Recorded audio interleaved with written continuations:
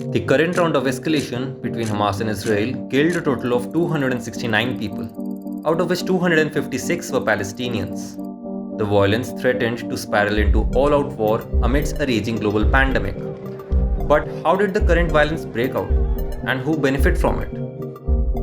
Israel has stepped up its attacks on Palestinian militants in Gaza. Israel's missile defense systems lighting up the sky as they try to intercept incoming Hamas rockets. And the reach of Hamas seems to be extending further and further into Israel.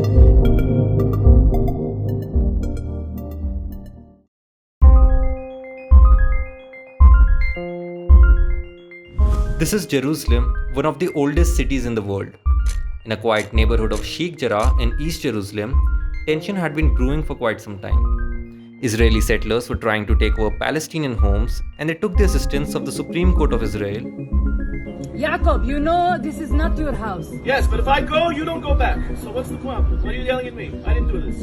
I didn't do this. But It's easy to yell at me, but I didn't do this. you are stealing my house.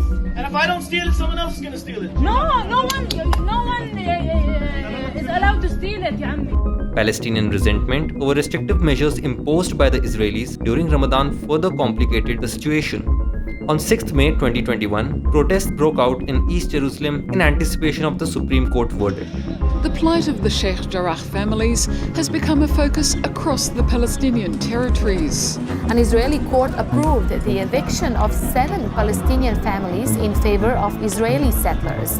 On 7th May 2021, Israeli police clashed with worshippers at Al-Aqsa Mosque, Islam's third holiest site, later storming the compound. There is now a real danger of further escalation, with the added element of far-right Jewish groups seeking to confront the Palestinians.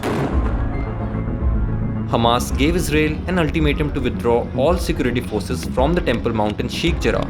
On 6 p.m., the ultimatum expired.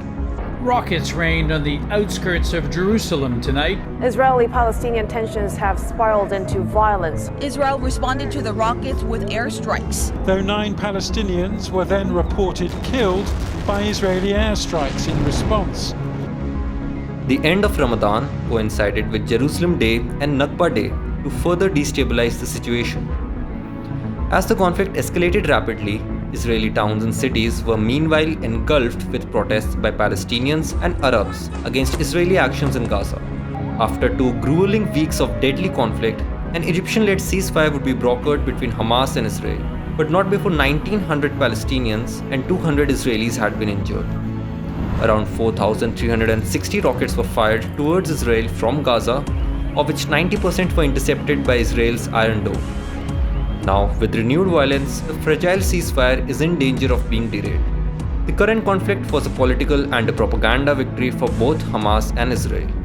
But the real catastrophe is the lives of the local people, who continue to suffer in one of the world's forever wars.